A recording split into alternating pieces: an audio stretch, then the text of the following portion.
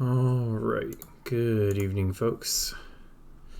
I'm going to do a quick video to go ahead and finish out the Heavy Trooper. There's a few items we didn't cover on the last one. I'm going to go ahead and cover those now. We're going to go over the different kinds of chests where you can get chips from, the pity system for the chests, overclocking, and the Heavy Trooper simulator. So first up, I'm going to go through the chests that you can get. There's a couple different kind of chests you can get. I've got these ones that you can get from the Heavy Trooper simulator and some events. As you can see when you scroll over these, it says you use it to randomly get a Heavy Trooper chip of any slot at the uncommon rarity. And now there's also a rare and an epic version of these chests that you can get in different kinds of events.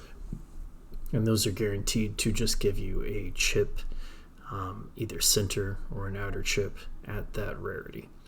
So for this one, it's uncommon. If you use these, you'll see it give you all uncommon, and it won't give you any counter towards the pity system. The other type of chest that you have is the chip chests. There's 3 different ones of these. There is the blue, the purple, and the legendary. I don't have any legendary right now. You can get those from either buying them from events, or sometimes you can get them from events or the point stores.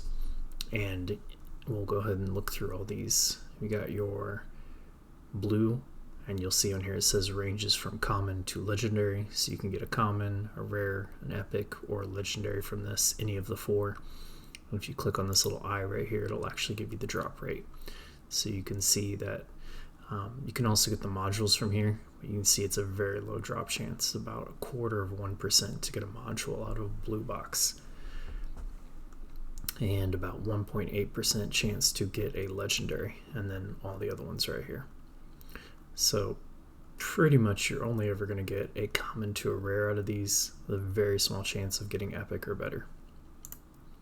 Now on these chests, the HT chests that are not all one color, you do have a pity system and is dependent on each type of chest. So if I open up these right here, it'll tell me I have fortune credits, and it'll tell you premium fortunes, open enough of them and you get a, you can read through this. Basically you're going to get a legendary and has a greater chance to be a center chip.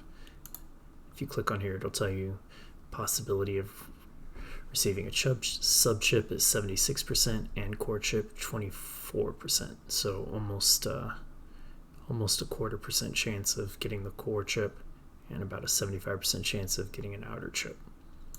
But it will be legendary. So for these fortune credits, you have to open 300 of them. I'm getting close. You'll see what I got there. And then for the amazing HT chest, the purple one, you'll see we have slightly better chances. It goes from rare to legendary, with the module having a 3.2% chance here, much better than the 0.2 on the other one. On a legendary, not much of a better chance to get a legendary, honestly. Basically it's just increasing the amount of rares that you're going to get from these. The purple chests aren't that great.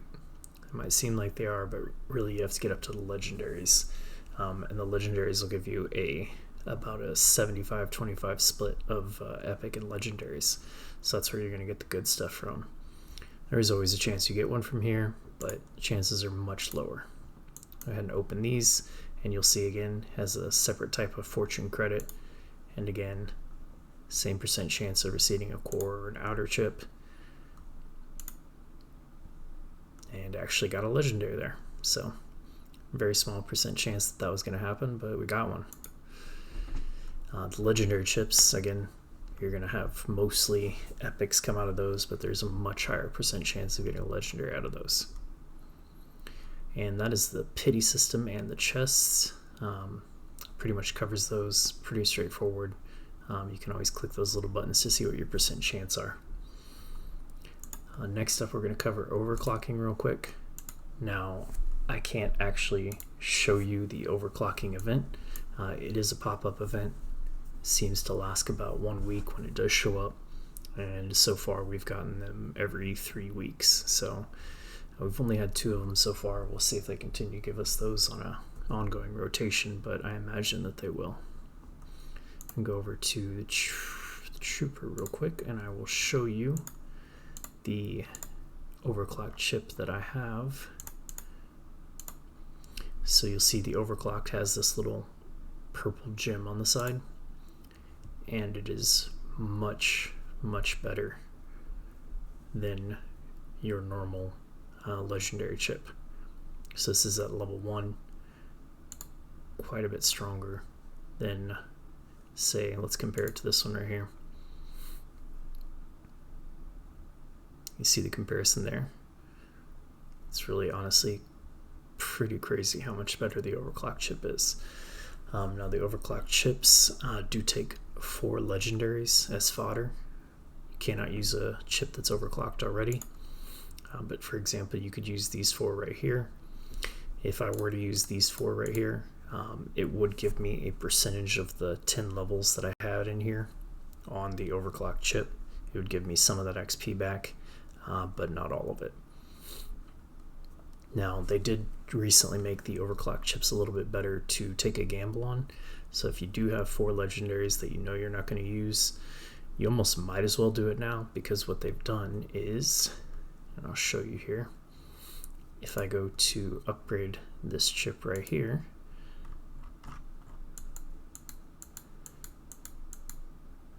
if I were to put a golden chip into it, as you can see right here, I'd get 14 levels. And 1 second, let me save my Hopple and set with something different in here real quick, so I can show you. Go ahead and save that real quick, because it won't let me use it as fodder if I have it saved in a preset. So let's go ahead and go back to upgrading this. Scroll down. And it's still not going to let me use my overclocked chip.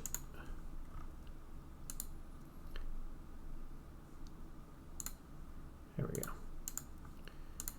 Upgrade. So 10 levels, 19 levels.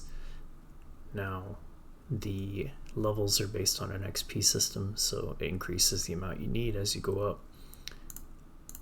But you can see, so if I put both of them on there, it takes it to 19. If I have just the overclock chip, it takes it to 18. So it is almost 4 times the amount of XP that you would get from just a regular gold. So they basically made it to where it's worth it. If you're going to use them as fodder anyways, might as well try to overclock it first, which is a really great change. So definitely, if you're thinking about using your golden chips as fodder, try overclocking it first. You might get a good one. It is completely RNG, but at least it's worth it to do now. Right, that's it for overclocking. Now we're going to run through the Heavy Trooper Simulator information real quick. It is on your to-do list now, up at the very top. Thank goodness. You don't have to scroll to the map and go find it every time. You can come in here. If you haven't done it yet, you're going to start up at this side, and you're just going to progress along. You're going to do each level, each stage. And as you get to the sub-levels, these the signal tower and the energy station and so on will open up. Now when you do open those up, you get a chance to get 2 blue cards a day. You can see here in the stage rewards, you can get any one of these 4 cards that correspond to the 4 stages. Every time you get a card, you can use that card to come in here, and if you have the cards, you can open it up. Once you open it up, you can set the stage off. You do each of the 5 stages, and when you progress through all of them, you're going to get some chips, 1 XP chip and 1 random chip of green quality. Mostly just going to all be fodder for your other chips. And then for stage 5, you'll notice you have a little bit different. You have the opportunity to get a blue HT chest and a purple lab access card. Now you'll probably notice once you go into these, neither of these are guaranteed. This particular mission is based off how many enemies you kill, And it's not even necessarily how many enemies you kill, it's if you kill specific enemies that are randomly generated in there. One of them has a blue chest and one of them has a lab access card. As far as I can tell, try to kill as many as you can, and you really just kind of have to hope you hit the two that have these on them, because it's definitely possible to get neither of them. In fact, you can kill around 30 enemies, and if you're real unlucky, get neither of these two things, because it's happened to me multiple times. So a little bit of layered RNG for you. But once you do get those purple cards, you'll get 2 of those blue cards a day randomly. Make sure you come in here and claim your rewards every 12 hours. This does max out at a 12-hour cap. After it hits 12 hours, you will no longer get any rewards, so make sure you claim them every 12 hours. There are some good rewards in here. Now, once you get all of these facilities to level 5, and don't worry if you have bad luck and you haven't gotten it to level 5 yet, it really doesn't matter in the grand scheme of things, because once you get them all to level 5 and you're collecting those purple cards, you have to come into this radiation vortex after you're done with that and collect purple cards and open these up for 10 purple lab cards one at a time. That'll open up an additional stage which you'll then beat to get a golden lab card, and once you get up to 8 of these golden cards, it'll give you that golden key card, and then you can open up the vortex edge. And as far as I know, nobody has gotten here yet. I don't think there's been enough days since this started for anybody to have possibly done it, even with the best luck.